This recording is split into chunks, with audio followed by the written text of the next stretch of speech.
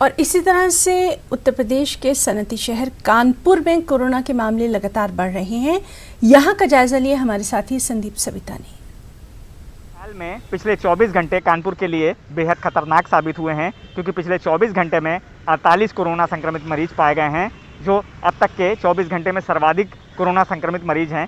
इससे पहले 23 अप्रैल को 37 कोरोना संक्रमित मरीज पाए गए थे। जिस तरह से लगातार 3 दिनों में जिस तरह से ये मरीज बढ़ रहे हैं, 3 दिनों में 78 मरीज कोरोना संक्रमण से पाए गए हैं। लगातार जांचें भी बढ़ रही हैं और जिससे कि संक्रमण जिस तरह से पैर पसार रहा है, हॉट स्पॉट नए बन रहे हैं, वो शहर के लिए बेहद खतरनाक है।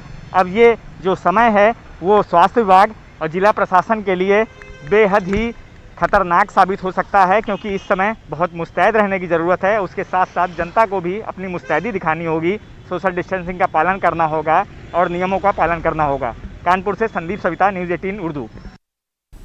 एक और अहम खबर, मरकज़ी हज कमेटी ने हज 2020 से मुतालिक सर्कुलर जारी किया है।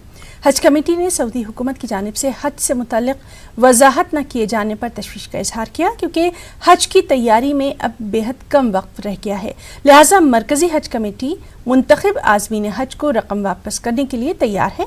रकम वापस लेने के ख्वाहिशमंद आज़मीन हज कमेटी की वेबसाइट से इसका फॉर्म हासिल कर सकते हैं।